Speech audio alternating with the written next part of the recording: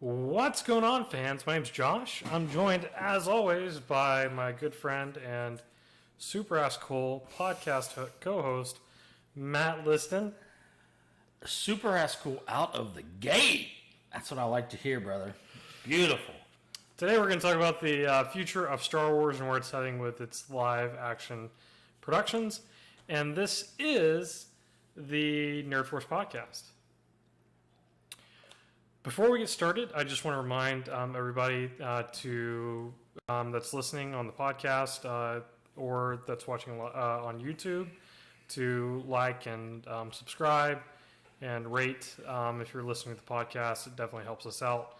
You can also communicate to us through there. And if you're wanting to get the episodes early, make sure to go to our Patreon.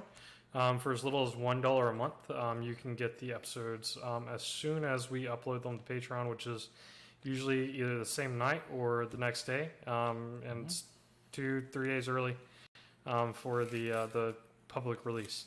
So with that out of the way, Matt, bring us into this week with some other news.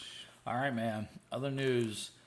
I got a bunch of interesting stuff. I mean, it's like a lot of random stuff too, but we're definitely going to get to the meat of what we normally talk about. But one that came up and I really was interested in was Disney moving into a live action production of The Black Cauldron. Did you happen to see that at all? I've heard vaguely about this. I honestly don't remember the cartoon. I've seen the cartoon. Yeah. Whenever I was a kid, but yeah, well, 25 years ago. It dropped in like 1985, and I do remember this cartoon because at this age, it was like I was at that age. Well, I was 15, so. For me, it was like I was in D&D. I was in a D&D league. We had a game. We had the whole dealio going on. So when Disney put this out, it was like so unique to me to see something coming from Disney that was much darker. Mm-hmm. You know what I mean? And as far as Disney goes, it was the first animated to get a PG rating for them too. Oh, wow. And they also talked about that. I mean, again, a lot of people pan the movie and say it's not good, whatever. And I, though, because of the being 15 and a D&D nerd too, I definitely thought, anything with swords and sorcery or whatever, I was in whole hog. You know what I mean? So give me Conan, give me Black Cauldron, give me whatever you want. It doesn't matter. Yeah. So the story is basically it's a simple premise. Pig farmer kid wants to grow up, be a gallant knight type thing. That whole, it's just like, it's kind of tropey in a sense. Yeah. I believe it's loosely based on some like Welsh, like fairy tale type thing or Welsh story or whatever.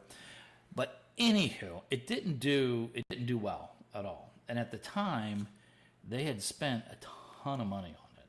Okay.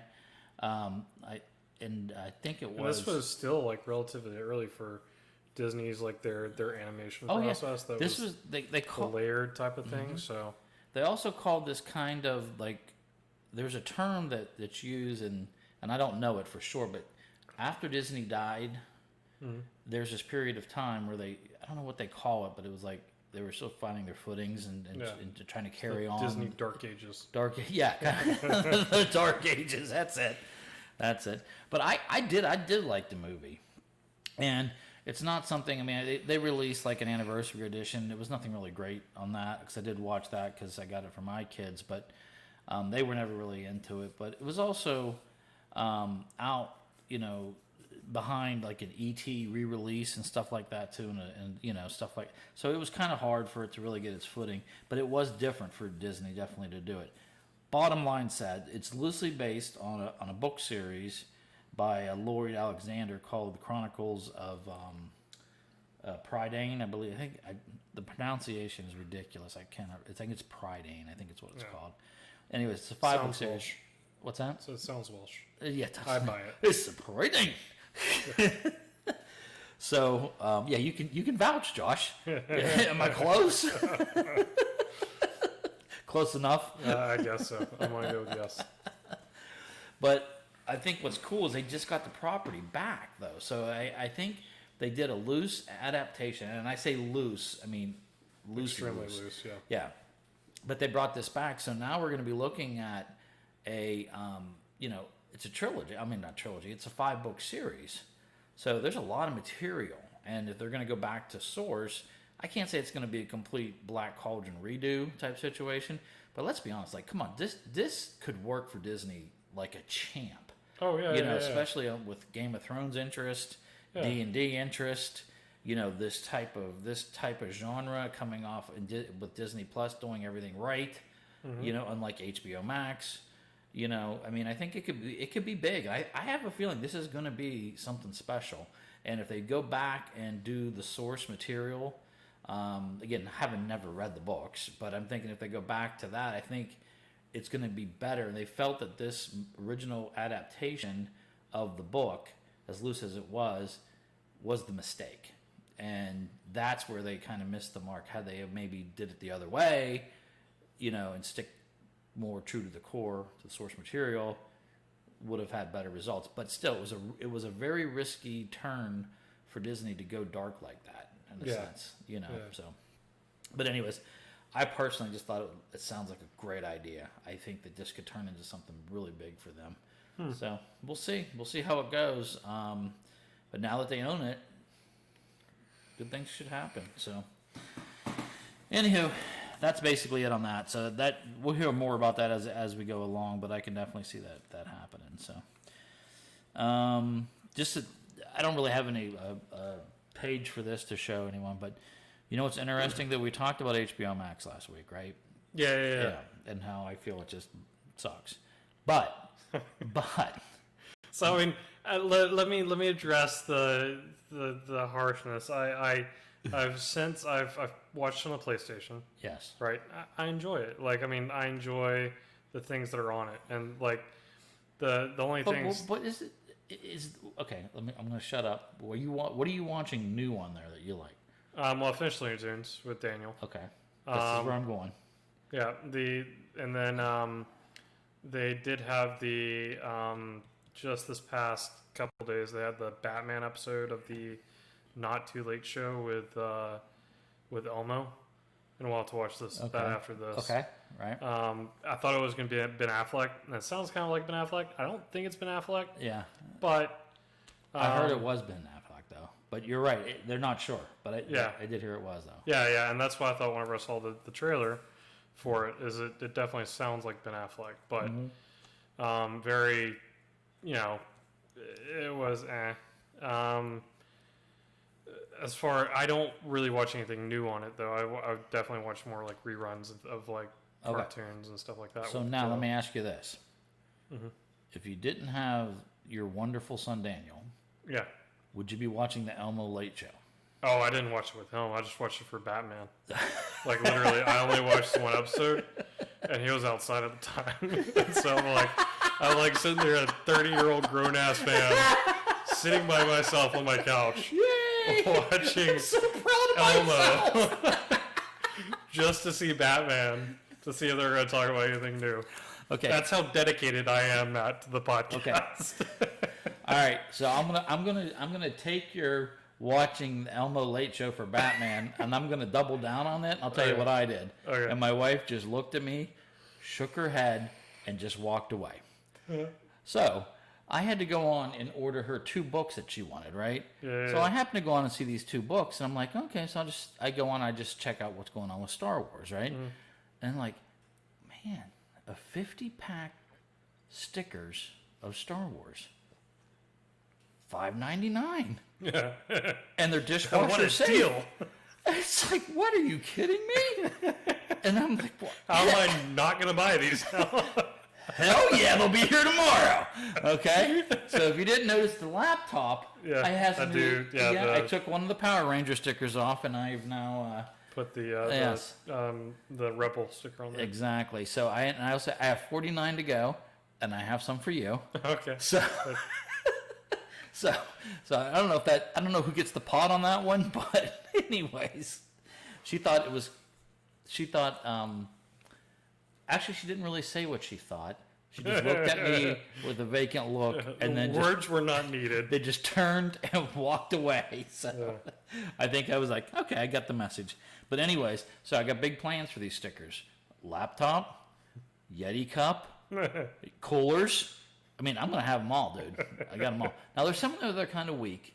Yeah. You know, like the Jar Jars, I'll give to the kids. They can stick them on their shirts and run around the yard or whatever. I don't want those. Yeah. But, anyways, so moving on. Oh, so my point though, right? So with HBO Max is Looney Tunes right now is by far the hugest thing on HBO Max. I mean, it's outviewing everything else like by double digits. Okay. Second thing, Elmo. So the two new things that they're putting on the platform are going like gangbusters. But you know what? That's the thing. It's still sloppy though. You know what I mean? Mm-hmm. It's like to me, and I'm going to get off this HBO thing. I have to because I just got to let it go. But people are so confused. HBO Go, HBO Max, HBO Now, HBO Regular. I mean, what the hell? But I said I'm done. But what I found interesting though is how much we did talk about how cool the Looney Tunes was, and then we watched a couple episodes last night or last weekend. Yeah. And they're fantastic, dude. Yeah, they are so good. True to the original. Yeah. Oh, true, but just a little sprinkle of today. Yeah. You know, and that's what makes it so good because that's such a formula you don't mess with. No, yeah. It's like and they have before. Yeah. But it seems like they've definitely learned their lesson, which speaks a lot to the upcoming Space Jam movie. Hopefully they'll do good with that, and it'll be very much true to the original. And Bill Murray comes back. And Bill Murray comes back. Yeah, that'd be great. That'd be awesome. Yeah, but and maybe even Michael Jordan comes back. But yeah, I mean Because he's hurting for cash, I heard. Oh yeah, I mean no, I'm kidding. I'm completely kidding. That man is making money while he's sleeping. Yeah.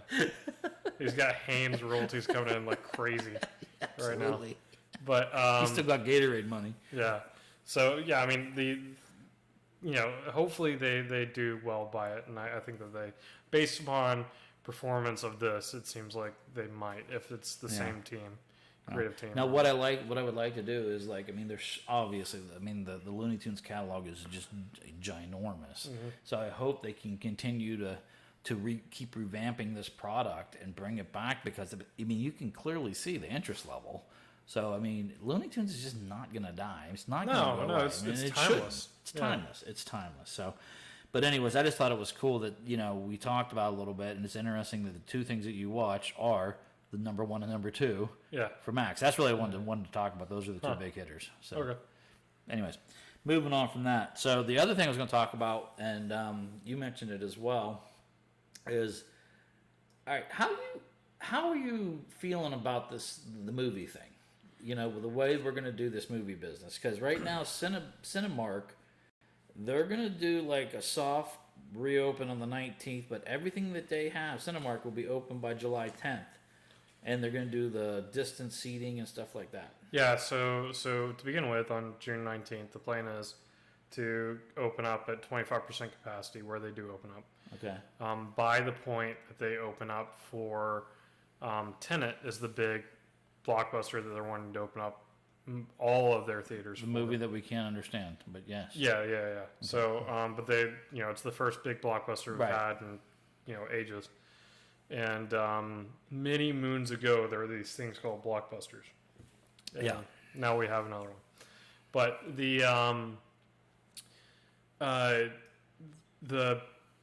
going to open up by that time at 50%. So they're, or they're hoping to at least. So I think it'll still be sparse. I don't think that I think that, the 50% is probably fair to what they'll be able to get to. They say they can make money at it. And if they can, good for them. AMC's hurting really bad. AMC is like on the verge of bankruptcy from all this. So, the theaters definitely need to reopen to be able to get the cash flow. Sure. There's a Dallas theater too that's opening up, and they're hiring strictly AMC furloughed employees. So. Mm-hmm. Good. Within the Dallas area, so or not furloughed but laid off employees. So most of those, I'm not trying to sound like a douchebag, but aren't most of those just high school kids that are serving popcorn and so? That's what it is. I would think so. That's what it is in Somerville, anyways. Yeah, I've got a friend back in Chattanooga that still works over in. I'm not talking about the management teams and stuff like that. I'm talking about the dude like. When I go, Yeah, it's the just guy mostly, at the tickets and the guy cleaning, the people cleaning Yeah. up the seats and stuff like that. Yeah, Yeah. no, I agree. But I don't know. But yeah, I would think I would be along the same lines. So as let you, me but ask that's you kind of this their though: thing. what do you think ticket pricing is going to look like? So initially, they're going to be selling tickets for a discount before the July period. So the stuff that's going out before that period, because it's not going to be new stuff, right? They're going to Yeah. be selling tickets for like $5 a piece. Really? Yeah, according to the Cinemark, the thing that I posted up on the Facebook page. I don't think it was this article, but Yeah. um, No, this yeah. is just one that I threw in there. But yeah, you had a better one than this. Yeah, I think it was from Variety or something like Yeah, that. But yeah. yeah, they were saying, before that period it was going to be, and then at that point I think it'll probably be up to what we were seeing before. So with Cinemark specifically, I don't know about Regal or anything else. So I'm just, again, this is where I start getting into I'm a data person, so I start doing numbers and things like that, right? So the viability of a theater is solely on the revenue they receive from concession, right? Yeah. So you're already operating at 25% at first, and then if you move to a 50% capacity per theater, you're still Cutting 50% of your concessions. exactly. And that's assuming Granted, if people are even going to buy, because how many people have been affected to the point where they don't have jobs, or their jobs have been cut, or their pay's been cut, the hours have been cut, whatever it might be. Like, and their one releases go to a movie. Are they going to go and spend $20 for a popcorn and a soda? I don't know. I don't know, dude. I don't think theaters are going to go away. We are seeing a huge uptick, obviously, in drive-ins. Yeah, with the pop-up drive-ins here. Yeah, exactly. Yeah, sure, for sure. Which also makes me question. I love going to the movies. First off, okay, I love the experience. Yeah. I love the experience. I love going, especially I love all the goofy sound stuff, and when you talked about last week at the one that has the different effects in it and all that type of stuff. Yeah, the 40X. Oh my god, if I could see a Star Wars movie in that or something like that, fantastic. But, erection the entire time. yeah. We need extra cleaner over here, please. Extra cleaner. We got somebody pulling a Pee Wee Herman in this theater. Okay. But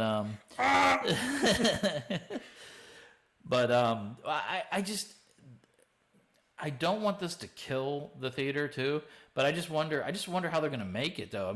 I guess if it's just labor, you cut the labor back, but the cost of the movie that they're going to have to pay to get the movie, you know what I mean? And so many of these, the whole thing that we've had recently, at least, was I think it was AMC that got upset with Trolls came out on video on demand. Right. And they've got this whole contract up with them, with all the movie agencies that they're supposed to release these. And so, I don't think that I don't know that they're gonna. I don't know how the licensing works for the film release stuff. Yeah. But I wouldn't think that it would impact the bottom dollar as much as we think, just because they were planning on this. You think I think we're gonna see some kind of a hybrid dealio. Yeah, just because maybe. I think the commitment with Hanks making his move with Greyhound over and just saying I'm forgetting the movies and he's just gonna do it that way. And through Apple TV. I think I can see some more like hybrid things, because this is going to be a really difficult time, because we talk about the highest grossing movies and all that type of stuff and where they rank and all that. Those things are going to have asterisks now, just like Barry Bonds, as he rightfully should have an asterisk, because, but that's a separate issue. I don't know. It's going to be interesting to see how this goes down. And I do not want the theaters to go away, and I don't think they will. I just think the experience is going to be a little bit different in how it's done. Yeah, at least short term, right? Short term, yeah. But first off, I'm not complaining about having extra seats. No, You no, always yeah. look for that Man "don't space. sit next to me" Yeah. seat, anyways. You know Yeah, what I'm yeah. saying? So I'm good with that. But Yeah, having only every other seat yeah, taken off, I'm fine with that. yeah. Anything else on that? No. No. I think Danley's excited for our next topic, though. The one. Yes. I did hear Near about and this. This is dear. crazy. By the way, as we all know, our gold, platinum, ultimate status miler Danley. He threatened to come on and do a Tiger King podcast with us, and unfortunately, I think he was on a little bike ride with his bride and wasn't able to make it. Yeah. However, we're still open to that, and I'm sure that he would love to come on. He does have a question tonight. We'll get to that later, but for Danley too, I wanted to make sure we included that. This is just we haven't really delved into this. No. But this is just such a quagmire of just crazy shit. It's just insane. Yeah. Is it not? Yeah, absolutely. I can't. I can't even. It's when watching it. It was like, what? Yeah. What? Like the entire What? time you're like, What? well, What? this person's crazy. Yeah. And then you're like, Ooh. this person's crazy. And you're like, and this person's crazy. And you're like, I really hate this person. But then you're like, I really hate this person more. She definitely did. Maybe she didn't. Oh yeah, no, she did it. Yeah. It's a roller coaster of emotions. Man. Oh my God! It is just. I mean, and there. It's just. It is like. It's like a trailer park fire. What else to say? Yeah, it's a trailer park fire on a train wreck. It just exactly. But anyway, so the latest and greatest is the beloved Carol Baskin, who always looks so sweet in those headbands. It has now been determined that she forged her husband's will, her dead husband's will. Yeah. Well, so this is after. Yeah.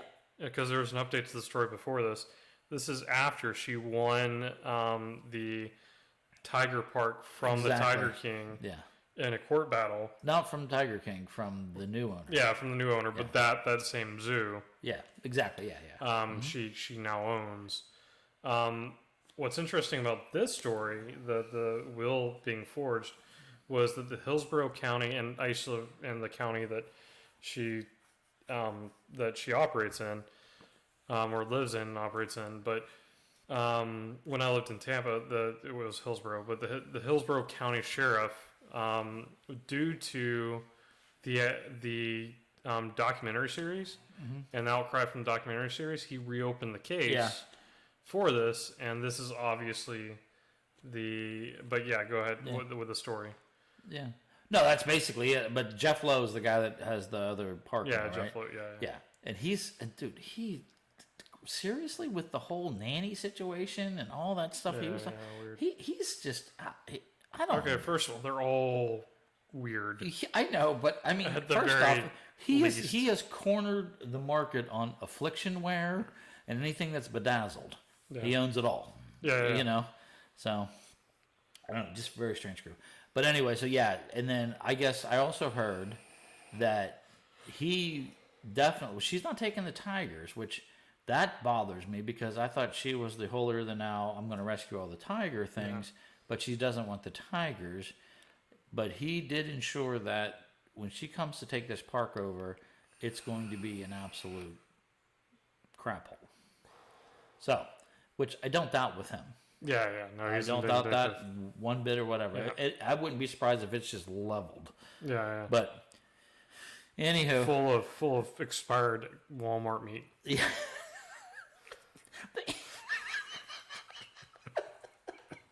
Eating out of the bucket, and the thing is they were still happy and still working there, and they were eating rancid meat. Getting paid $2 an hour. Living in a trailer. That is insane, dude. Yeah. How bad is your life that you're willing to eat like expired meat that okay, first off, that Walmart's not even willing to sell. Yeah. Okay. Yeah. And that's how you roll. And losing a hand in the process. Exactly. And still working there after the fact. And you know what's more confusing about that person Yeah. is chick or dude. Oh, she's definitely a chick, but I thought so too, but then someone refers to her as a dude. I don't know. Maybe she's non-binary, or maybe Well, she's. I don't Yeah. know. I mean, We whatever. live in a day and age where completely, there's. completely cool with that. I thought she was a girl, but then they referred to an article that it was a person that was as a man. Him. Yeah. I'm like, okay, well that's fine too. I mean, Whatever. Who knows? Yeah. But anyways, C'est la vie and whatnot. yeah, just want to throw that out there. So anyways, Yeah, so, Carol, I mean, I'll be honest with you. As a watcher of this and a follower of all this big ass and everything, of course, I want to see Baskins get her day, though. I mean, Oh yeah. 'Cause I think you and the rest of the country. you know what? She is she is devious and just plays that off like. Yeah, so for those that are listening on the podcast, because I don't think we ever got to the actual story, her husband, who had disappeared underneath peculiar circumstances, you can say. Well, did two of her husbands die? No, just the one. one? Just the one. Yeah, she had left one of her husbands, and then the other one was doing some shady business across with between Costa Rica Yeah. and Tampa, and he would fly his privately owned plane out there occasionally. Had another side chick over there, and Well, wouldn't you if you were dating Baskins? I wouldn't be dating Baskins. So yeah. I don't know how long it took him to figure that one out, but it would have been before I said I do. That's for sure. But yeah, so he goes missing. There's a will that comes out that says, in the event of my death or disappearance. And so, first of all, like, people are raising an eyebrow and wondering, Who writes that? who writes that in their will, first of all, and then, so obviously that raises a bunch of questions. They've since found out, and recently they found out, like 2 days ago, that the will's forged, or they've verified the will's forged. Yeah. So, that's going on. But, so if the story couldn't get any crazier, Matt, it's gotten crazy. Oh, it's gonna. I mean, that's the thing. It's like you don't. You just like when you're watching the show, you're like, oh, this, and then what, and what, and what, and it keeps going. It keeps on you going. wouldn't think that it would And get any crazier. Yeah, And but it does. somehow it gets crazy. Yeah.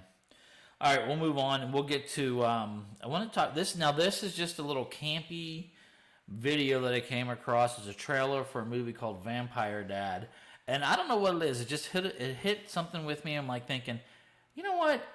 This is one of these like B movie. It's a B movie. I'm not going to lie about that. I think, but I do think it's funny. This guy is he's a big actor. He's I forget the show that I he's recognize in. the daughter too from somewhere Yeah. as well. But yeah, Yeah. like it's obviously got a few good actors in it. Yeah, it It's does. definitely like it's a B movie. It's lay down the premise for us, Matt. Well, so basically, what it is, he's a vampire, right? And from what I've gathered from the trailer, he is also like a counselor or a therapist of some kind, but he has to obviously keep hiding who he is. However, other entities, other mummies and werewolves and whoever else. Supernaturals. So basically, this is the 60s, right? So this is the 1960s. Yeah, the nuclear family. Exactly, that whole type of thing. It's like the Leave It to Beaver situation. Two, parent, 2 kids, 2.2 kids or whatever, 2.25, whatever it is. But anyways, and then the daughter brings home the boyfriend and stuff like that. And of course, what's funny is like, oh, you're not in the pictures. And he took a picture of the guy. Of course, he's a vampire, so there you go. Yeah. But what just struck me funny is like, he's on the phone canceling out his appointments. He's got blood on his face and everything. And it's what's going to make this movie work. And this is so funny too. He's like sitting there in counseling. He's counseling a werewolf guy. the werewolf's in his office and he's talking to him. And he's like, "Oh well, I work from home, so nobody ever really sees me. So I'm a virtual employee." So I don't know. I just think it has the potential to be funny, and I think I don't know. I think it might be okay. I'm not going to give it like, oh, this looks like a really good movie. I just looks like something that I will watch that because I just think it has the potential to be funny. That's all. Yeah, no, absolutely. That's really all it was. And I just think that it's nice to see because you have that in that 60s period too. That's when you had the movies like The Mummy and The Swamp Thing and or Creature from the Black Lagoon, yeah. and all those type of monster characters, the Blob and all that stuff. So to see it like this, and he's in that environment where you have the constraints of the 1960s as well, and he has to play to that. I think it should be pretty funny. So we'll see. Yeah, I mean it's definitely coming out uncontested too with anything else. So. Well, someone just commented and said, "I feel this is either going to be amazing or absolute crap," and that's basically how I feel about it too. It's either going to be really funny or it's going to go to the top of the B-list movie and be there with like Basket Case and a couple other B movies. You know what I mean? So, yeah, there's actually a new one out that we need to watch. It's Velocipaster, and so the premise of it goes that it's a sci-fi original movie. That I think it's sci-fi. That they've done, and what's the premise of it is that there's this pastor, like preacher type of character. He somehow becomes infused with a raptor. I don't know if it's like he gets bit by a raptor or something like that, but he takes on this persona. Raptors they usually finish it off. Yeah, like a velociraptor. If I learned it from Jurassic Park, they kind of yeah. take you down as a team. It was a lone raptor. I don't know if he was like the last of the species he's or rogue? something like that. Yeah. He's like a Mando. Yeah, exactly. So but anyways, this pastor becomes like a half pastor, half velociraptor. Nice. And then he starts fighting evil as Velocipastor. And this thing's like blown up. Like there's tons of articles about it. There's people talking about it on the internet and stuff. Yeah. So it's obviously something that people have enjoyed, and for that reason it's so ridiculous it's funny. That's how it goes. That's how it goes. But yeah, so that's there, and definitely check that out. Something that else that's came out recently, and both Matt and I are huge fans of Kevin James. I obviously grew up with Kevin James from King of Queens. I know that Matt really enjoys King of Queens, and that became like a regular show for him that he would catch on premieres. Every time that it would come on, he'd watch it. And he's been in absolutely everything. He's going to be in a new movie that's actually produced by Redbox. It's one of Redbox's first movies that I know of, at least. And they haven't had any major productions, or at least anything with major actors within it recently. But it seems like they're taking a step into this at least VOD realm with this movie Becky, and Becky is coming out this year at some point, but it's got Kevin James in it, and I know that you're huge fan of Kevin James. I love Kevin James. Dude, I could watch King of Queens every day of the week, and right now I think it's on I don't know which channel it is. I think it's every Wednesdays and Thursdays they run a marathon and just run it all day long. I put it on in the background and listen to it because that is one of the few shows that makes me just laugh out loud. It makes me, I love Kevin James. And I've always felt that his movies, like Here Comes the Boom, that was really good. That was good. Did you know that he's huge into MMA, right? Like, oh, yeah. Like he didn't have to have a ton of training to come into that. Like he knew a ton of it, and then he obviously like expanded upon that. Sure. But like people like Joe Rogan was talking about it, and he was talking about Kevin James being on, and he's like, dude knows his stuff. Like, dude doesn't mess around about it. Well, he's not for a big dude. He's very agile. Like, Yeah. I mean, one of the funniest episodes of King of Queens is when he put a stripper pole in the bedroom. If you remember that one or not, I don't know. And then he works the pole, and it's like, damn, my brother. I mean, so, but I mean, he was a big football player too. So I mean, he played Yeah. football and stuff. So he's an athletic dude. He's a bigger. big dude. That's all it is. But he's always all of his movies outside of I love Paul Blart. I mean, I think they're funny. You know what I mean? But they're always. I guess I want more because I always want him to be the King of Queens guy, and he plays the same type of person, but in different scenarios when he does the movies. And his movies I like, and the one that I liked a lot was the one where he was the mystery writer. It was a Netflix movie, and I think it was called Ghost Rider, I think, or something like that. And it ended up being like a badass. What he wrote, he was doing like Jack Ryan stuff. Yeah. I can't remember what it was called. Yeah, I like that one, or Yeah. Mr. Mystery Writer or something, Yeah. whatever it was. But I liked it. I started seeing him making a turn with that, But don't get me wrong, I still love him on like the ones where he does with Adam Sandler and Chris Rock with was it The Family Day or the grown-ups. Grown Ups? Yeah, I like that too. But this.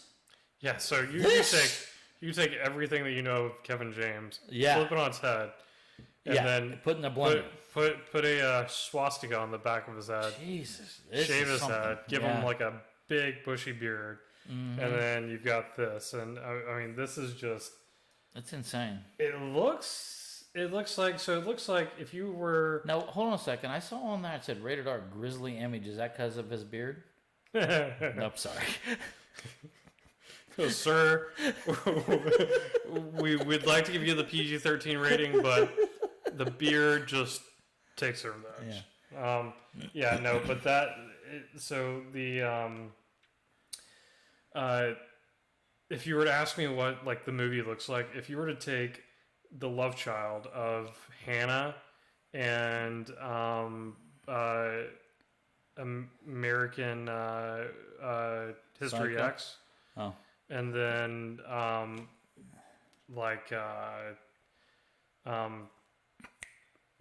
the one where the Scott Pilgrim versus the World? Yeah. Like, it's definitely like the marriage of those three. It's funny you said that because you definitely get that from the video or Yeah. from the trailer. You get that Pilgrim feel, and I don't know if that's just Trailer thing? like this, the stab. Yeah. Yeah, I mean, it definitely could be just a trailer thing. From the first trailer, it doesn't seem like there's a whole lot of that. They may have added that in post-production. Yeah. And that may be what we're seeing, and that may be very prevalent within the movie. But, it's very interesting, to say the least. Yeah. Definitely not something that you would expect from Kevin James, but it looks good. No, it looks fantastic, and I think this hopefully is going to take Kevin and have him take that step. You know what I mean? And that would be nice to be able to take him. And I want it for him. I would love for him to see him to be able to take this and move it into something bigger. And I think he's picked the right platform because this isn't a major studio release or anything like that. So he found a vehicle to be able to show another side of him, which I think is great because it's like, how many times can you be cast as the lovable fat guy? You know what I mean? It's like, finally an opportunity. Yeah, I guarantee you he will still continue to work with Adam Sandler, and they'll make those movies, and I will watch every one of them without question. But I would love to see him to develop and grow out like this. But I'll tell you also what I thought interesting about that too is it's Kevin McHale, that's right. Yeah, McHale. He's in that. That's a departure for him though too. So you got two Who's guys. Kevin McHale? He's the guy that used to do Talk Soup and stuff. Oh, yeah. I did know Yeah. so. And Yeah. and so He he's was in it too. Community. Exactly. Oh yeah, well, that's probably easier than Talk Soup. Yeah. Community. I like him. I I think he's an extremely funny dude too.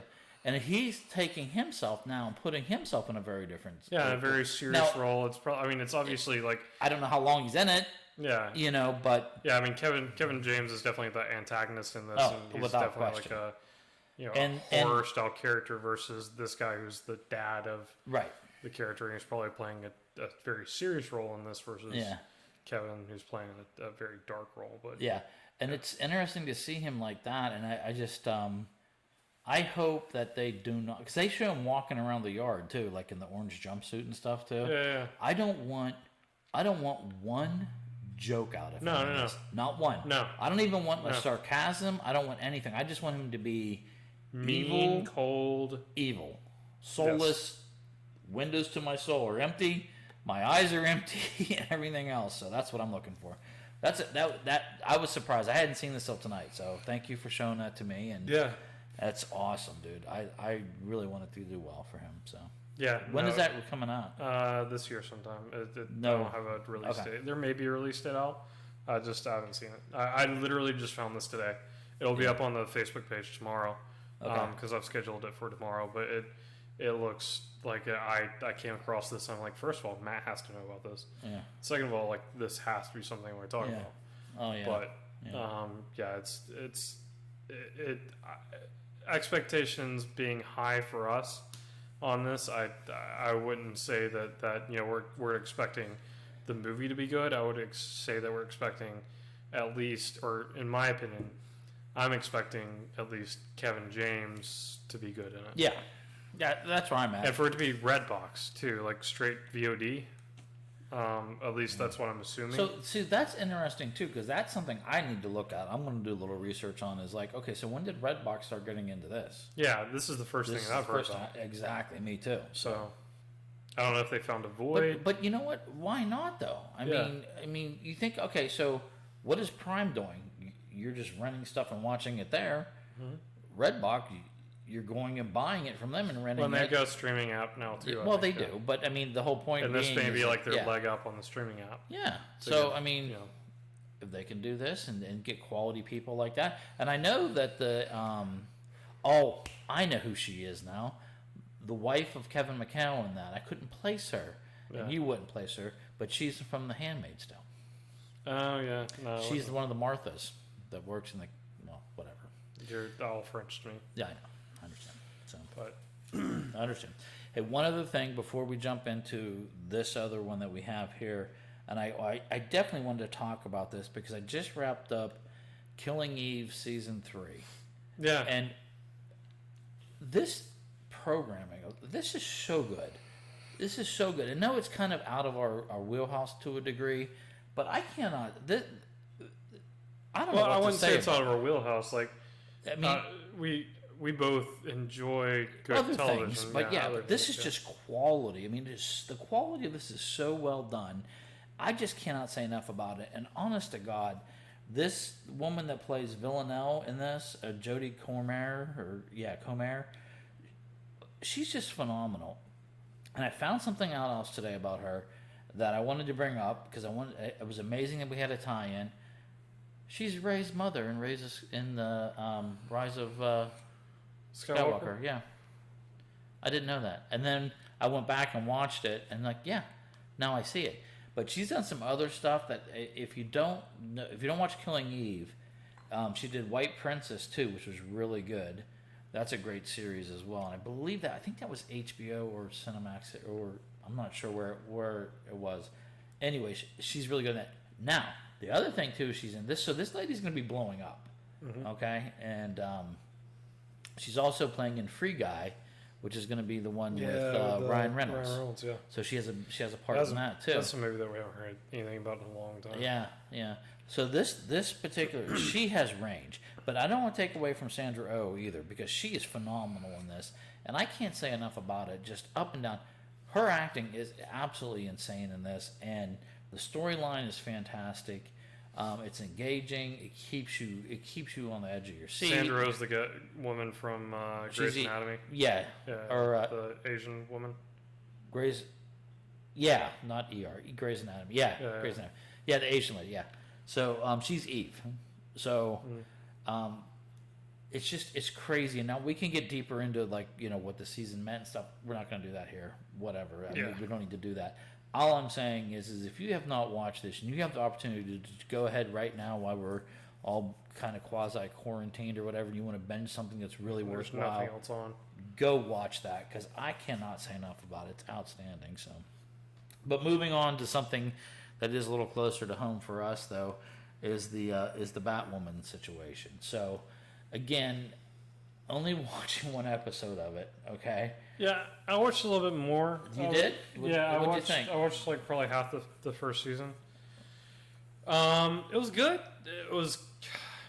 It wasn't campy is not the right word. Is it harder because it's CW though? No, I think the CW TV shows are good TV shows. Yeah. I just think that it was for me for a comic book fan, right? Yeah. They took a character, and I'm not talking about Batwoman, but they built a story around her that was very non-native to me, and because the whole premise, I'm not giving anything really away other than like the first episode, but they build up this relation between her and her sister, who's been missing for God knows how long, and her father, who's like the head of the security agency that is protecting Gotham in the absence of Batman because Batman's been gone for a while, which does happen in the comics. But sometimes he's got business, dude. Sometimes he's got business. Sometimes he's presumed dead. There's nobody else there to really fill in the shoes, and she comes in. Sometimes Darkseid's rolling in town. You gotta go. I'm sorry, I had to save the planet. Stupid ass. No, but there's a lot of assumptions made in it, and then also there's the storyline ends up her sister who was lost ends up being Alice, who's the captive of the within the original comic book storyline. She's the captive of the Mad Hatter. Yeah. In this case, who's also the sister of the Mad Hatter. In this case, it's not the sister of the Mad Hatter. It's Batwoman's sister. Oh. And so there's this whole she's the main antagonist in this, and so it's just a little weak. Yeah, I mean they really lean into that, and there's not a whole lot more to it than the relationship between her and that sibling, not rivalry, because I mean there is some of that, but the fact that they're siblings and also arch nemesis within this, so I just Well, obviously she's off. I mean, we talked about that before. So Ruby Rose is done. Yeah. So but she's being recasted. Yeah. Not as the same character, but they're going to bring. No, they're bringing a new person in to fill the suit, and the person or the character, new character they're bringing is called Ryan Wilder. Yeah. Which I had to check my bat knowledge. This person doesn't exist. Doesn't exist. Yeah. No, that's what I was thinking. Okay, so it doesn't. This person's brand new. It's something they're creating for this, and it's the same. The person's still going to have the same sexual preferences and things like that, but it's a different type of a story where I guess this individual, Ryan, and that may just be the name they're using until they cast the person. So, or they cast the character. Mm-hmm. But I don't still see a parallel of other Bat characters, legitimate comic book ones that fit the mold of this. But so they kind of had a rough life, lived on the streets, dodged the gangs, ran the drugs, drug running stuff or whatever. They were hooked on drugs. They imply that they were and so forth like that. So, but then they come out of it and try to go to the redemption process, and then eventually somehow they get into this and they become this person, so the Bat. But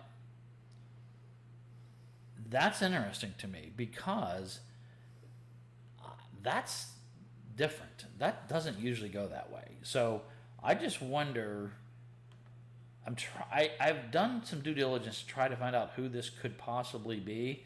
I cannot find a tie back to somebody else from the comic books that fits into this. Like, if this is just a casting name, I don't see it. So, if they're literally creating a brand new person, that's interesting because that's probably gonna blow back at some point and come into a comic.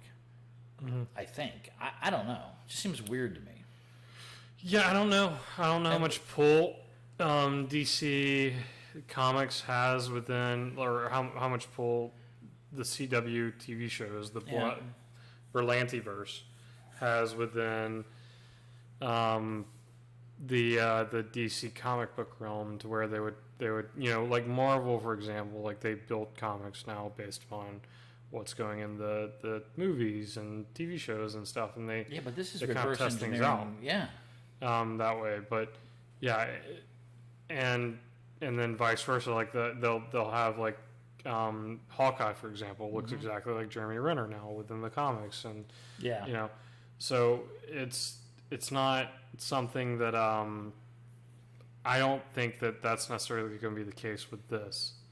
I think that No, my point is not that they resemble the person. No, but the person doesn't storyline exist. Yeah. I think even the creation of the character, I don't know. You don't think that if this is a brand new person that they've constructed for Batwoman, if it blows up and it does really well, yeah, sure, but all the evidence that we have currently doesn't point support it either. Yeah, I mean, I just don't know. It just seems like, I'll be honest with you, I'm starting to feel the Batwoman's not being handled appropriately.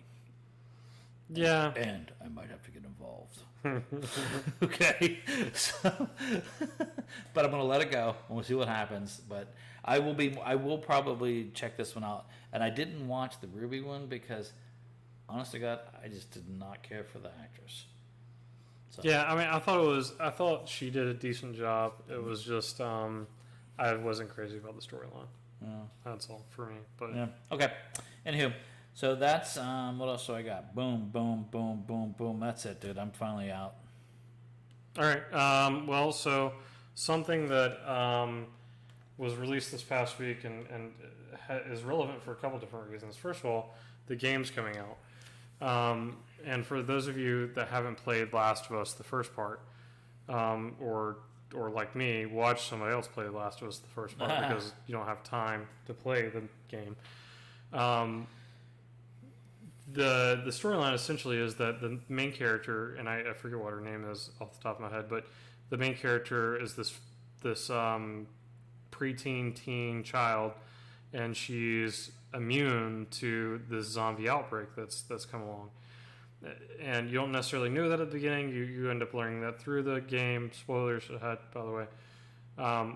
But you learn this. There's a male protector that kind of leads her to this sanctuary to where they're going to figure out what makes her immune, and they're going to make this available for multiple people within the... Like a vaccine? Yeah, like a vaccine type of thing.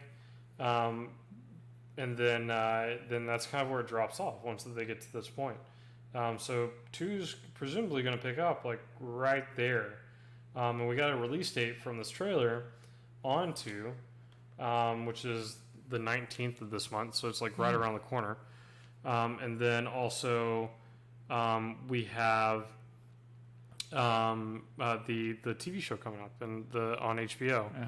And they're in production of that. People have been talking about how they've taken, or the production team, director, story writer, producer, somebody within the production team had an article come out last week that's on the Facebook page if you want to read more on it.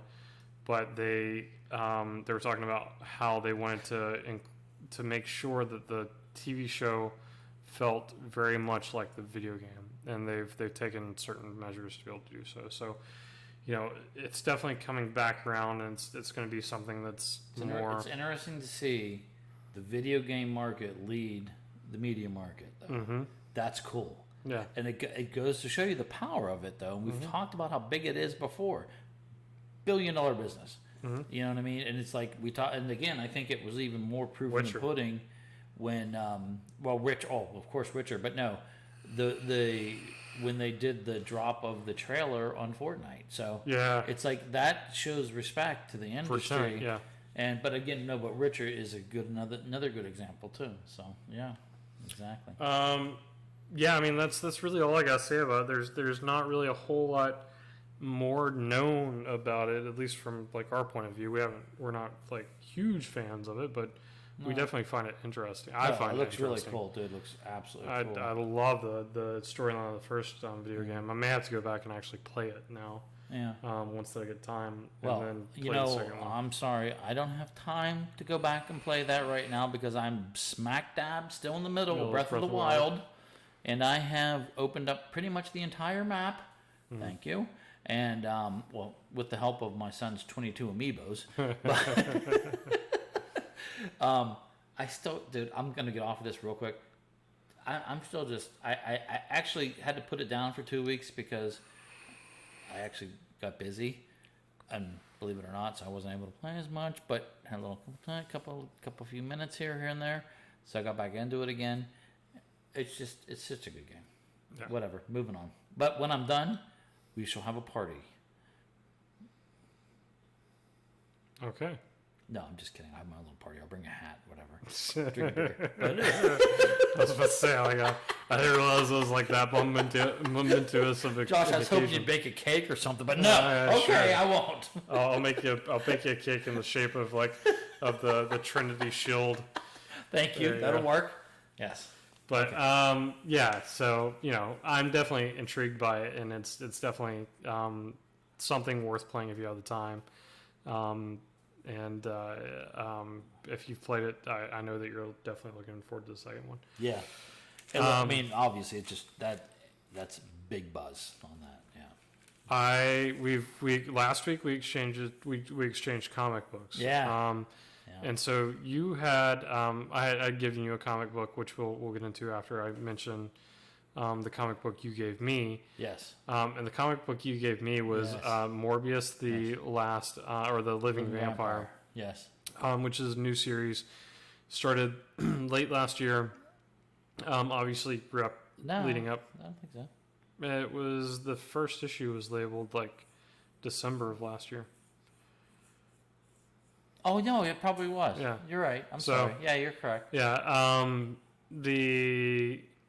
So obviously it's leading up to the movie that's coming out. Not really an origin story for the character, but very much interesting. Like, first of all, the artwork's fantastic. I really love the artwork. They've definitely made some major adjustments to Morbius since like I last wasn't saw Morbius within comics. Yeah. The for those of you who aren't familiar with Morbius is a guy. He's a scientist, and he has a blood disorder, and he, in trying to cure his blood disorder, he develops he develops methods or experiments on himself. Ends up turning himself into a vampire, essentially. By using vampires. Bats. By using vampire bats. Yeah. He's a Spider-Man villain, so if that's debatable. well, he's a Spider-Man character. Yeah. He came out of Spider-Man. He was originally a villain.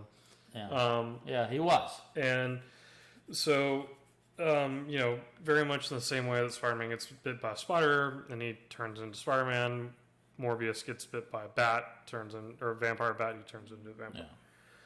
Yeah. Within the original statement, he always talks about this girl, Elizabeth. I think it's Elizabeth. Starts with an E either way. But he always talks about this girl as if she was dead. And I don't know if I had assumed that she was dead originally, or if that's something that was a part of the original comics. And then now they're retconning it. But the story that is laid out within these 4 issues they gave me is that she's turned into like a Van Helsing type of character and has come after him. He runs into Spidey, which I absolutely love. Okay. In the second that's one. all I wanted to see, because when I turned that page, Josh, and all I saw was and then his hands were like Yes. clasped. I'm like, oh my God. This has to get to Josh as quickly as I am done reading this book. It must get in your hands. Yeah, I mean, so Morbius is a strong enough character to where he could probably lead a good comic book series on his own, but this definitely helps. Like it's Dude, I think it helps beyond belief. yeah, I think it actually helps begin pacing the story, and obviously the Spidey comedic. yeah, oh yeah, The yeah. writing for Spidey in Cuts. this is outstanding. Yes, absolutely. Yeah. Like the one-liner quips, throughout the text of the panels has Spider-Man so well wrapped into it. Yeah. Perfect. It makes me. First off, I would continue to read this book regardless, but having Spidey in it, I want to read it that much more, though. No, I agree. And I get he's not going to be in it for the whole thing, but it shows, I think, a little bit of a difference to what. And again, you're right, because when I first, this Marvel, as we've talked about a It's thousand not times, necessarily your is wheelhouse. not my wheelhouse. Yeah. But Morbius intrigued me, so that's why I got those. I always kind of thought, oh, that's one of the Rogues Gallery for Spider-Man. I always just put him there. And I didn't realize that, in this particular... Well, you can continue. I want to hear the rest of your critique, though. So Spider-Man aside, and we'll get back to Spider-Man, but Spider-Man aside, the storyline introduces a couple new characters that I'm not as familiar with. It introduces Elizabeth's brother, who was instrumental in helping Morbius create this serum. Definitely not something that I particularly remember about the original comic books, and something that's interesting. It's kind of cool that they're retro-conning it in this way and making it refreshing the story a little bit, making a character that wasn't nearly as complex as he is now. More complex to the point that he is now, and adds extra dimensions to the character. They've got obviously some some points that fall kind of on their face, but for the most part, I think that that does very well with the context, building more context for the character, adding in For Morbius? Morbius, adding in the previous partner element that he kills whenever he first, and from what I remember, like the girl was the place of the partner, like Morbius had. What was it? It was Michael's brother or Michael's sister.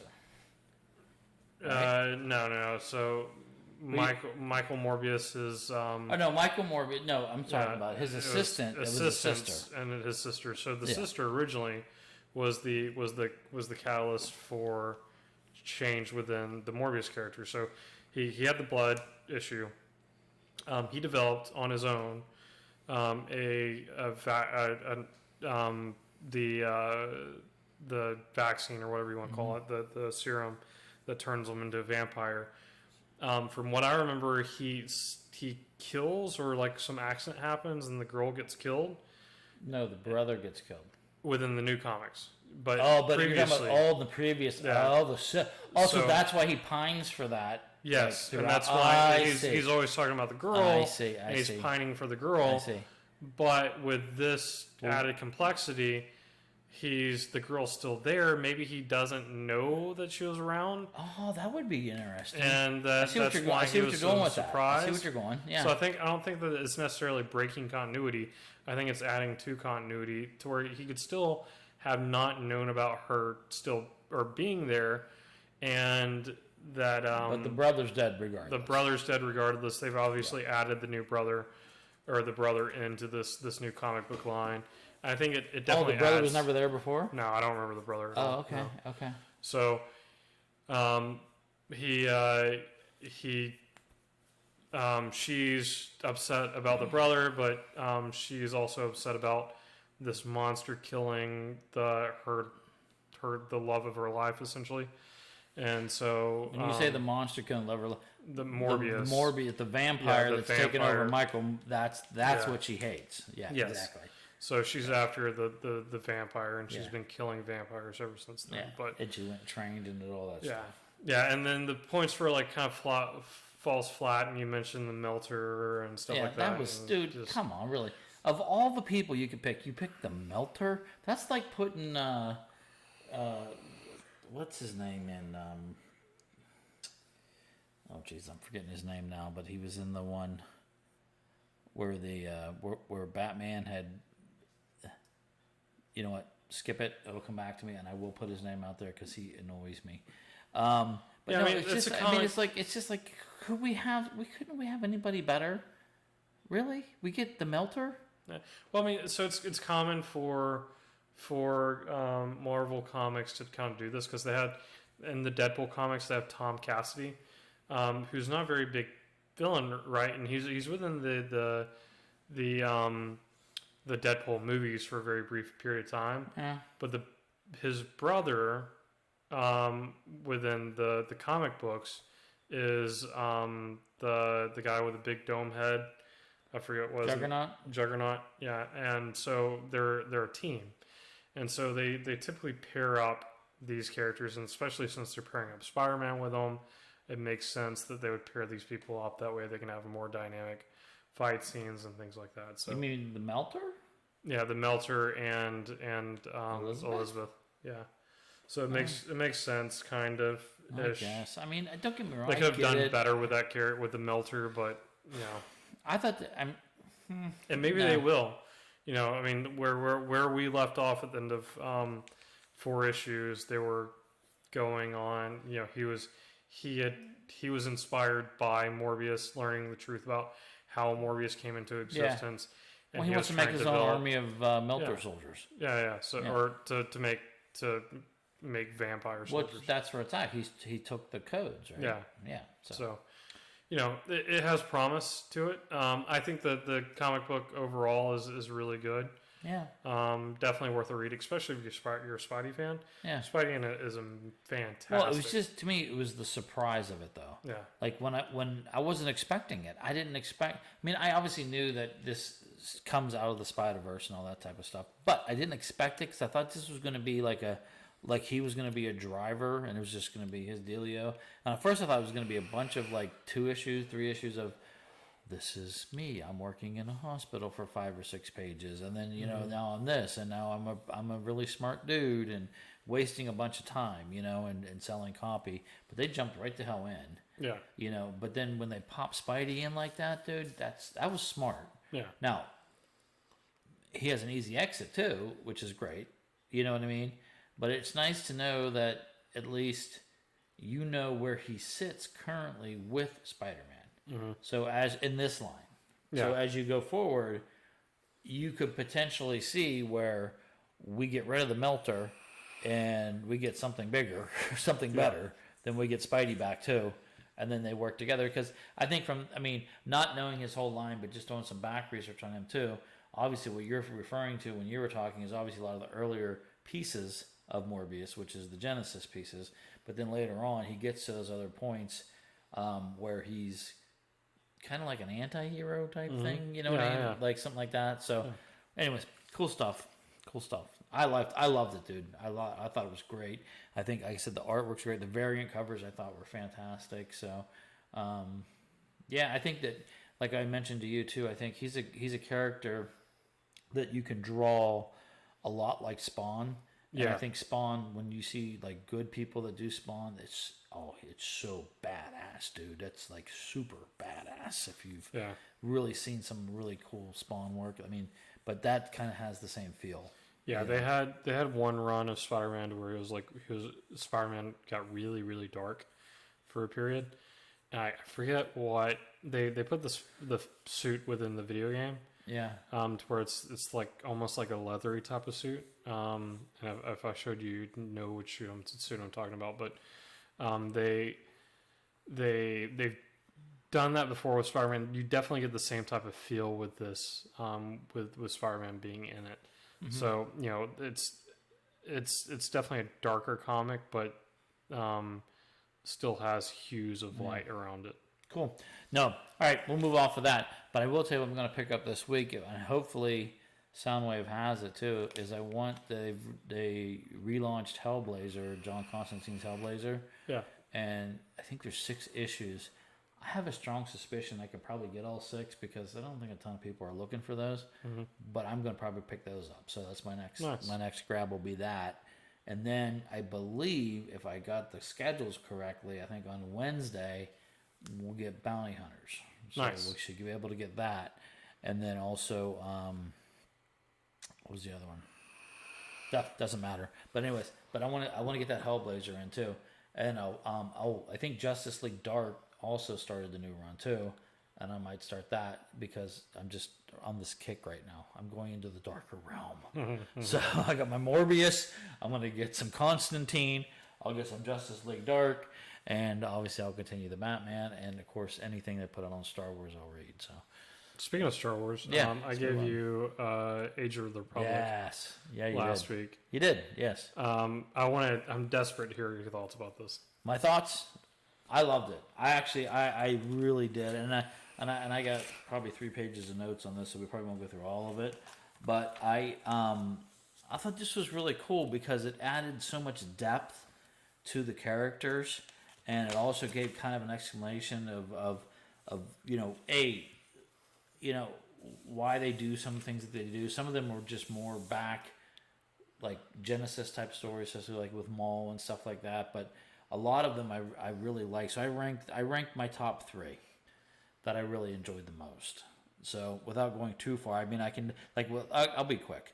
I'll try to be quick. So with Qui-Gon, so what I liked about the Qui-Gon one though is that really shows and defines his character and how he was a very independent thinker, but yet a staunch Jedi, and yet questioned authority the way that he did. Yeah. And you see that, you know what I mean? So it just kind of like reaffirmed some of the things that you see. And it's like he was never one just to go with the flow if he felt it wasn't right. Yeah. You know? Well, I mean, later on, he Yeah. ends up changing Yoda's mind Exactly. about a lot of different things too. No, that's so. true.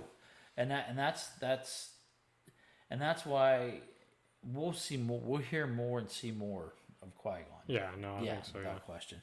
So with Maul, it really just kind of like it just reaffirmed what you already knew. I mean, he's like driven by anger and bloodlust. I mean, that's basically it. I mean, he's a one-dimensional dude in a sense. You know what I mean?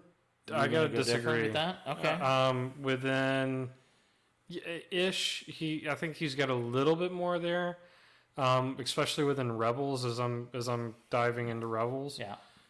There's the So scenes you're saying the with, reincarnated one, right? the reincarnated Maul. Yeah. This is after he gets after the He has events the of spider legs or Phantom Menace, whatever. yeah. Yeah. Well, yeah, not spider legs, but yeah, bio legs. Yeah. So yeah. Yeah, whatever.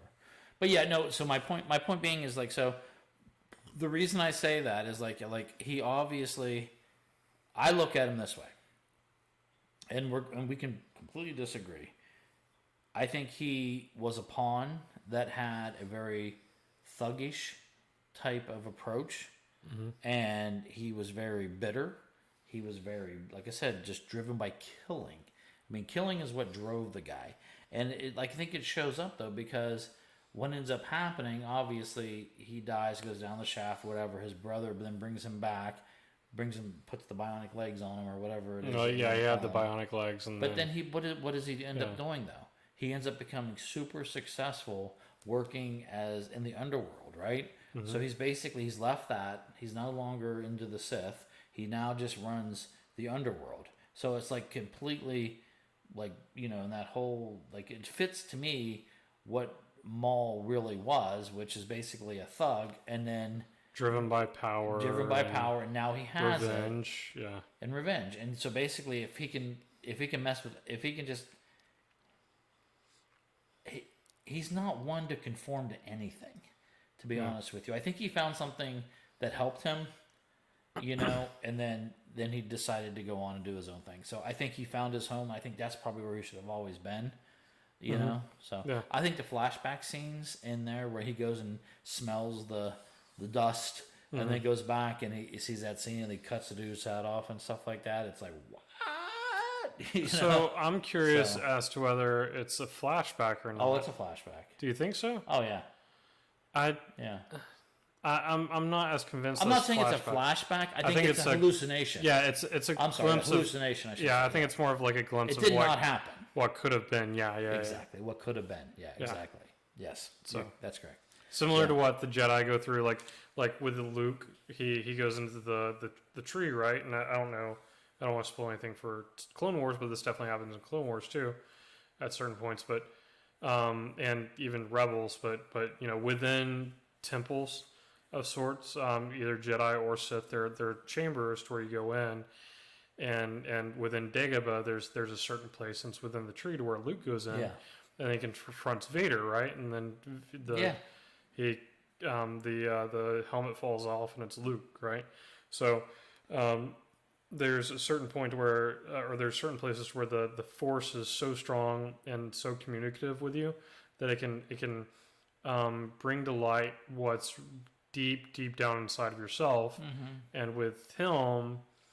It was that point of that. So yeah, but you're right. It's not a flashback. It definitely is a hallucination for sure. It's just another method that Sidious can use to control too, though. You know what I mean? So he's driving all that bullshit. So, all right. So my favorite out of all of them was Django. I thought the Django one was the best. Django one was really good. I thought that was just so cool, especially when you see him. The client with the deep pockets and stuff too. It's like you realize, oh yeah, what's going on with that. You know what I mean? And I think the premise was kind of cool. That as wrong as it sounds, like he's out taking his little kid around, teaching him how to just like be a badass. You know what I mean? And I thought that was cool. So I don't know. I just liked it. I thought it was a good. It just gave a little bit more perspective and a little more to the character, and I liked it. I mean, unfortunately, obviously, he gets his head chopped off by Mace, but bottom line, it gave more to that character, and I liked it. That was my favorite. I think that was my favorite. So, the next one was Anakin's. What I liked about this, and as you keep seeing more and more, Anakin to me has become more developed in comics and in an animated series than ever in the movies, and they missed the mark in the movies. Yes, they did, in my opinion. Yeah, because obviously you can say this is a movie about him. Yeah, and that's fine. Well, this puts so much perspective, though, and we're talking about a comic book that was only like 15 pages, but yet I think it showed Anakin. It shows the struggle that Anakin goes through. It does, and it's really like before the circumstances change him. It's interesting because. Well, no, I'm not going to go down that road. I'll leave that alone. But you're right. I think I'll just sum it up at that. I think it's right. It's like all the trials and tribulations that he goes through, all the challenges that he has, and all the struggles that he goes through. First off, like getting stuck with, like in his mind, getting stuck with Obi. You know what I mean? Getting stuck with Obi-Wan and then Obi-Wan really, was he ready to take on a Padawan or whatever? But he had to. You know what I mean? So it's all those different things, and it's like, I don't know. I think it's pretty cool, but that wasn't in my top though. But my second favorite, to be honest with you, was the Padme issue. Yeah, and I'll tell you why. Because it showed her in like a badass way. Finally, you know what I mean? She can be all dressed up and do all her little political BS and stuff like that, but when push comes to shove. She's not one to be trifled with. Okay. You know what I'm saying? when she goes up and takes out the sniper on the roof. Come on, Yeah. now, that's pretty badass. You know what I Yeah. mean? She's like, It's she's clever. taking care of her own business. She's Yeah. not sending anybody else to do her dirty deeds. She's taking care of her own business. You know what I'm saying? Mhm. And so it's like, and I guess I'm a little bit, I look at this from a different perspective because she's very present and like her badassery is much more present in like the Thrawn books that I read. Yeah. So it's like I look at it and I'm like, yeah, she gonna get them. Yeah, she gonna get them. You know, as they're like the snipers taking shots at them as they're coming in. So I like that one. I think it just gives a different perspective of her too. And I think that's what all of this did, to be honest with you. Gave a different perspective. You know, not just more information, but a different perspective too. And the last one was General Grievous. That's my number 3, dude. And I'll tell you what, hardly any words in it, but I thought that was so well done. Mm-hmm. It gave you so much more Grievous because really all you look at Grievous now is his hollow shell swinging lightsabers. Mm-hmm. You know, that gave me some premise with him. You know what I mean? I don't know why it was so simply done, but there was a lot in that. And even though, I mean, visually, especially because, like you said, I look at art. So, I mean, visually, there was a ton in that. But honest to God, there could have only been not even 2 paragraphs of dialogue, but it didn't matter. I love that story. I thought that was probably one of the best. And then the last 3 were like the excerpts from like the 501 and the Mace stories or whatever. So those weren't actually. And then also the girl that's the Inquisitor. The Inquisitor, yeah. The Ventress. Yeah, the Ventress. Yeah. So, okay, first off, like you said to me too, of course, Mace, obviously, just badass. Yeah. Just, I mean, come on, badass. Yeah. I mean, without question. And I think that was... Takes down literally hundreds of people. Yeah. Yeah. Not to mention, after they already disassembled his lightsaber and he puts it together with his mind, then kicks your ass. Yeah. You know what I mean? That's like, you know, someone taking your bike and you chasing them down, them beating their ass. Yeah. You know? Yeah, So- I love the fact that they bring that they use that moment to bring in a little bit of continuity with David Tennant's character, the droid that yeah. helps all the Padawans put their first lightsaber together. Yeah, I forget his name, but you're right. Yeah. Fantastic. Yeah. That was really cool that they did that. Yeah. Yeah. Yeah. And I really liked, and I'm telling you right now, I'm getting such an emotional attachment to troopers now. Yeah. I mean, I always loved stormtroopers, but now I'm getting emotionally attached to them. It's like, you know, with Hardball and all the characters, you know, I mean, he's whatever, but you know, and it's like now in that story too, with Cody and stuff too, and it shows that dynamic of that side of Anakin that you love, you know what I mean? That and the leading from the front and all that type of stuff, you know, it just in that one stretch in Clone Wars where Anakin was pulled off and they brought in the other Jedi to run that was, and it again shows the power of good leadership too. Yeah. But it also in the back of your mind you're still thinking it's Anakin, you know. But it changed my perspective, or I shouldn't say my perspective, my appreciation for the clone troopers through the roof now. Especially watching that, reading that too, was really cool too. Where they have gone beyond what they were meant to be because Anakin has promoted it. Specifically with the 501st. Yeah, with the 501st, exactly. Yeah. Yeah. So, anyways, I really enjoyed that one, and then the last one I thought was really cool too because it puts in perspective her then too, with the Night Sisters and all that. The other side with her, with Ventress. So, and she's badass as hell. Yeah, too, she is. man. And she came out of concept art. I didn't know that. She wasn't even original. She was originally going to be one of the what do you call it? The apprentice for the Sith, and then they didn't use it. So, but anyways, she's awesome. I like her. Yeah. Have you gotten to the episode with her and Boba Fett and Clone Wars yet? No, Okay. no. Yeah, I mean, there's a lot of her within Clone Wars, and it was reading this after Clone Wars definitely puts a lot of perspective into that character.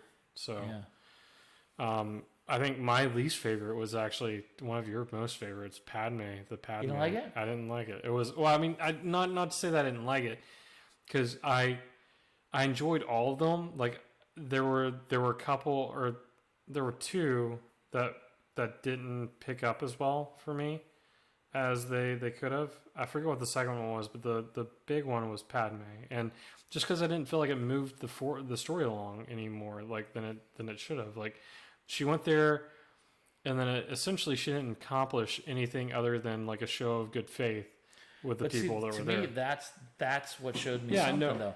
That's what shows No, and I me get what it. she was facing Yeah. in this environment of all the pressures of everything coming down, and to at least get the possible.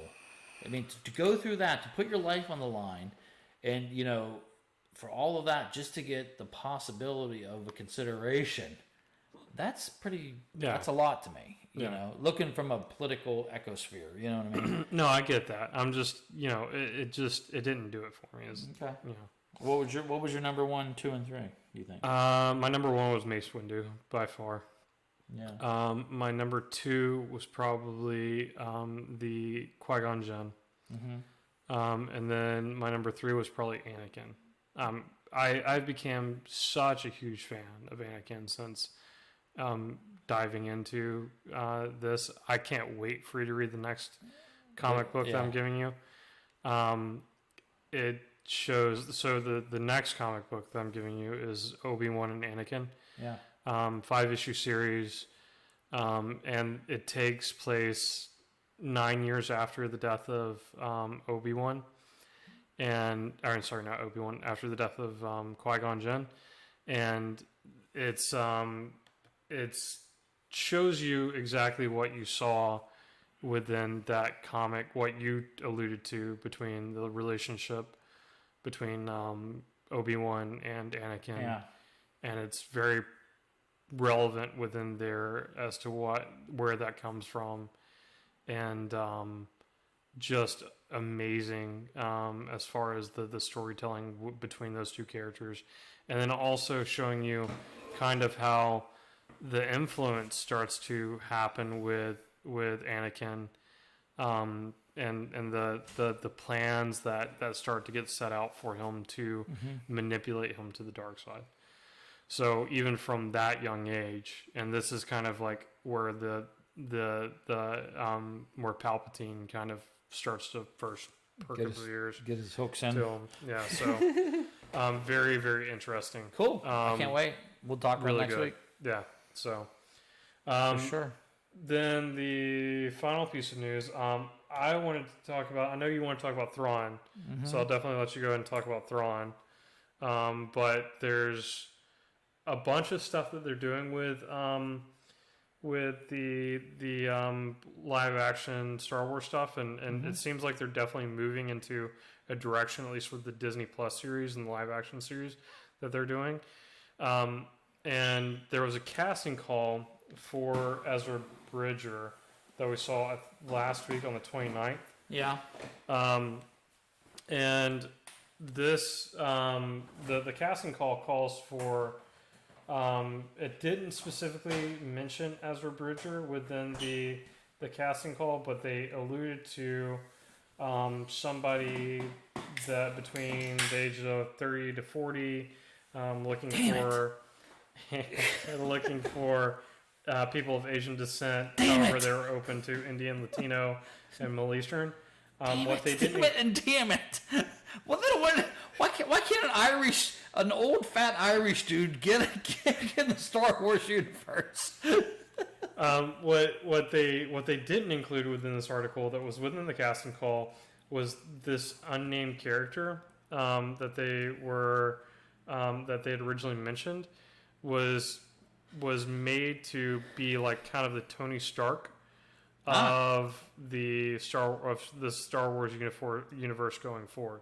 So he's kind of laying the groundwork for the expansion of the storyline. So obviously Thrawn is a big character within that as well, and with the casting announcement of Thrawn and stuff like that, but he's going to be the connective tissue not only between that character, Ahsoka, Sabine, and then those people connecting to Mando, but there's some evidence that points to that there may be something even bigger than that going on, as far as like, you know, maybe a Jedi Order building up kind of around him with in parallel to what Luke is building off scene Yeah. in this. So, Well, would that possibly? I'm trying to think timeline wise. From the video game, Cal would fit into the same time frame, right? Yeah. Why wouldn't he? that happened during. No, that was after. Was it after? Because he's in hiding, right? He's in So, hiding. but there's no Jedi left. During the resistance or during the rebellion, though. This happens after. Oh, this is after. Yeah, I'm this sorry. is I'm like sorry. I apologize. this is like 6 ABY. Okay. So Okay. I got you now. Okay. Yeah. I got you. All right. I'm off. so I mean, unless they bring back Cal, and you know, I mean, it could happen, right? So I mean, that's within connective tissue. Well, so I'm just trying to. I just wonder if there's going to be some point where we see that linkage from the video game and the character like the actor that played the character in the video game then becomes a that'd be live action fantastic. actor. I wouldn't rule it out. Crazy. Oh, I don't rule it out either. Yeah. But I was trying to think time wise. But you're right. It's off. It won't work. Not necessarily, because they could be at the you know, that the war, if they're close enough to the to A New Hope. There's 3 years between A New Hope and the Battle of Yavin, Yeah. and then this happens within 10 years of the Battle of Yavin. So, you know, that's 13 years. And you it's have not some really that. flexibility with the age of that character because it's not mentioned. Yeah, yeah. So you know, you've got time to do it. Yeah. Okay, so we're gonna call that right here, right now. We're saying that. I would love to see that. Okay, so if it happens, remember you heard it here first. Just just like everything else that we say. Yeah. But, yeah. So I mean, that's the big news as far as what's coming out for Star Wars. It seems like Ezra is going to be the centerpiece of the expansion moving forward. But with that comes Thrawn, and I know you're dying to talk about this. Absolutely. Oh God, I can't wait for that. Well, do you want to? Who are you thinking about for Ezra Bridger, though? I have no idea. I'd have to think. Okay, so next weekend, yeah, we'll talk about casting. Because for Ezra I've watched Bridger. enough. I've watched 3 seasons of that already, so I could definitely have an opinion on that. Well, there's only 4 seasons. What's that? So there's only 4 seasons. I know. I've watched 3. Okay, Yeah, but I stopped. Well, I stopped mid 3rd season gotcha. before I got to Thrawn Yeah, because Seth referred me back, and I thank you, Seth, because I'm loving the Clone Wars. Yeah. All right, so on to Thrawn. Okay, near and dear to my heart. I cannot wait for this. I just cannot wait for this at all. I'm so excited. I was just so pleased. Which it has to happen, dude. It has to happen for a character to have this much. I don't want to say fan favorite, importance, whatever you want to call it. Everybody wants this. They want it one way or another. They gave you a little, you wet your beak, in the animated series, and now it's time. It's time to make the move. You know what I mean? And I think they have the potential to really do a lot in using this character as a pivot point to bring in a bunch of other stuff too. And that's why it's so critical.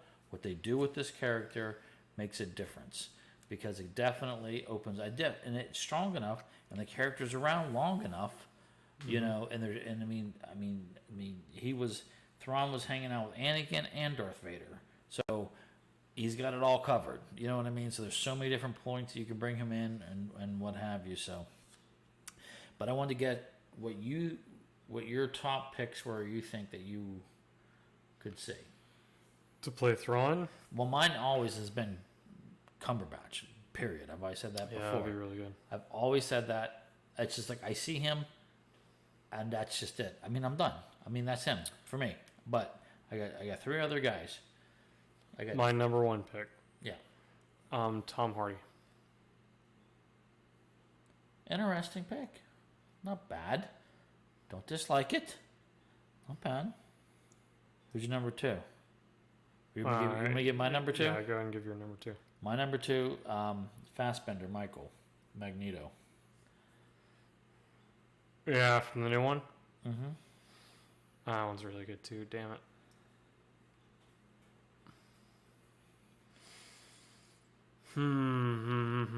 I can't believe this one's not, my third is not jumping out at you. And then I'm going to give you my wild card, which I would love, and I hope that they think about this. But this is, and I will blow your mind with my 4th pick.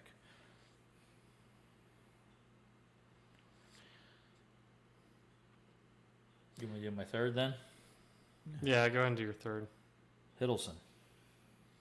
Yeah, Loki. yeah, Tom Hiddleston would be really good. He would be really good too. Does he have the build for it though? Oh, well. He can't bulk up because of Loki. Well, Thrawn's not big. He's a pretty decently wide-shouldered guy. Well, I think he's. I would say he's got a presence to him. he has a presence. I think I vision him more as height versus breadth. Gotcha. You know what I'm saying? I mean, I don't think he has like what would you call like little slopey shoulders or anything. But I definitely think his is more about. I look at him as like lean, tall. You know what I mean? Yeah. That type of perspective, and that's why with my very last suggestion, which I would think would be cool, is why you would see how this comes in. But yeah, don't tell me that one yet. no, I won't. But Cumberbatch has that type of like the way Doctor Strange is, right? He's not small, but he's not huge. You know what I mean? But he has presence, and he's like he just definitely has. It's definitely a slender. I always interpret him as being more slender, dude. I don't know the race because there's not a ton of them out there because most of them are gone. I'm just going off of what's within Rebels, and within Rebels, They make him look thick. Not thick, but like bigger. He's not slim. He doesn't have a swimmer's body. He definitely has more of a like a light CrossFit body. Yeah, I'm just kidding. I have no idea. My base, you've inspired me. The guy that plays Vision. I didn't think about him. That would be good. That could be good too. No, that could be good. I like that one. All right, here's my wild card pick. Okay. Keegan Michael Key. Like from Key and Peele? Mm-hmm. That'd be good. I checked. So, here we go. I checked the internet today. Nobody's mentioned it until now. He doesn't currently play a Star Wars character. Does not. 'Cause I was gonna say David Tennant, but David Tennant already plays a Star Wars character. He does. And he's also a classically trained actor. If you didn't know, he's doing Hamlet right now on Broadway and all that type of stuff. So I mean, he's got like real chops other than just like the goofy comedy stuff. So he can definitely do it all. He can definitely. I mean, of course, everyone in the Empire for some reason has to be British or have some type of an he's got accent. a British accent. Yeah. Yeah. So he could definitely do that. And his presence, he's a tall guy, long ass arms and everything like that. So it kind of has more alien arm type dealio. Again, I don't really understand the complete construction of the Sith. So, you know, whatever. But I would love to see him. That if I don't see him, Cumberbatch has to do it. He has to do it. He even has the eye shape. I mean, the guy is like, all you have to do is just like paint him blue. That's it. Mm-hmm. Cut his hair. Yeah, that's it.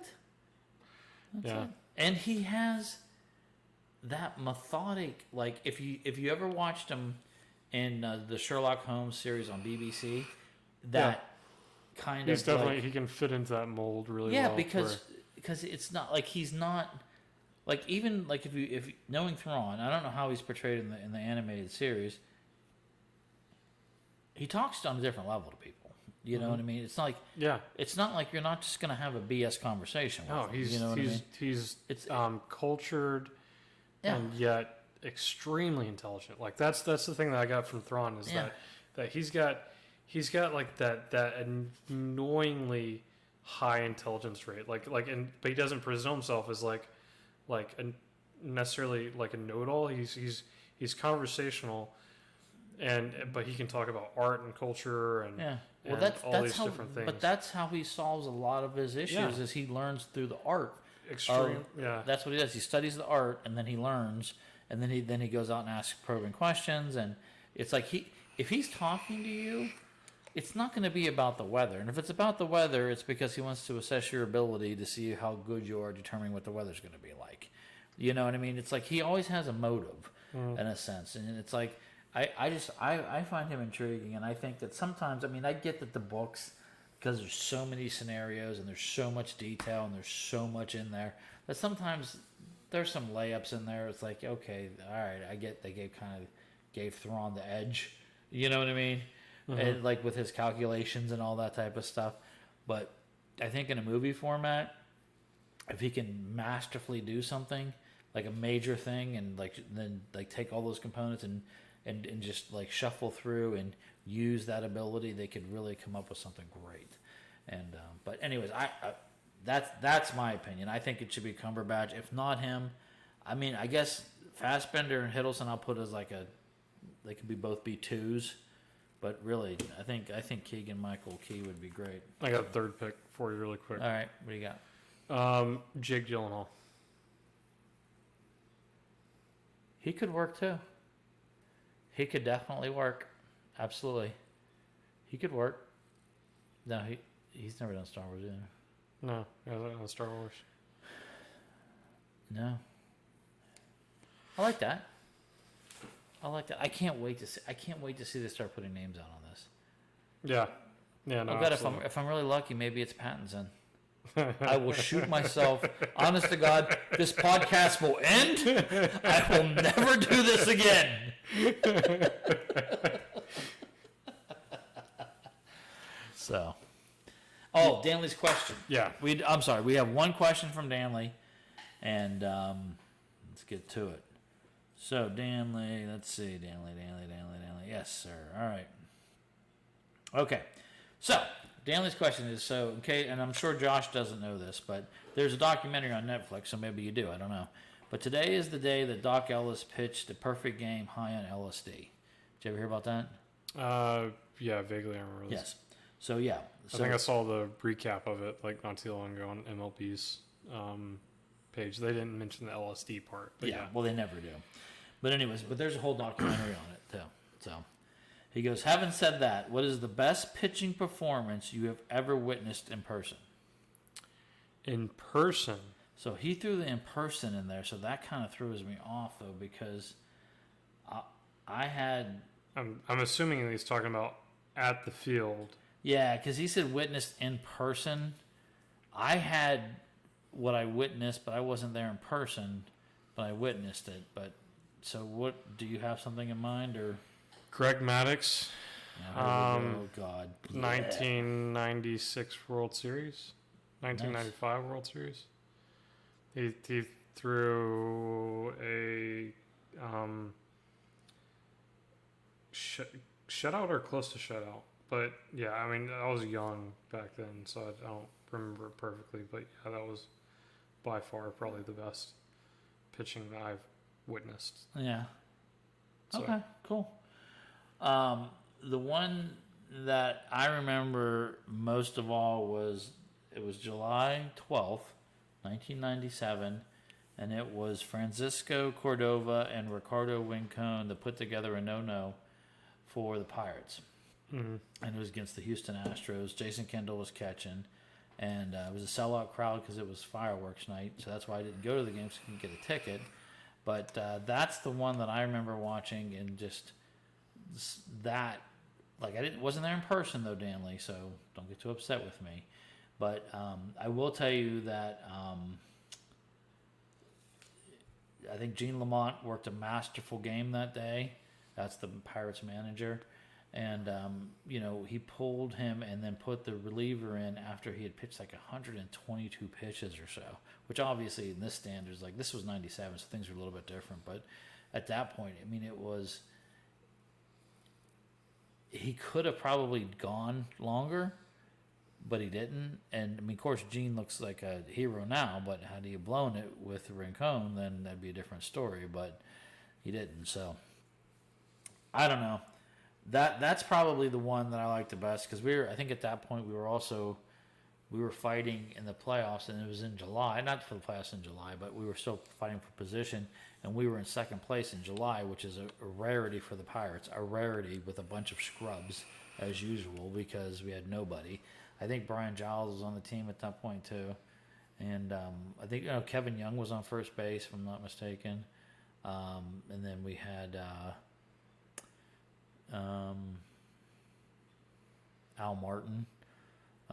Anyways, doesn't matter. So that's what I didn't see. But what I saw in person is, I got to say, like, to be honest with you, I saw Garrett Cole's first game that he pitched ever. It was fantastic.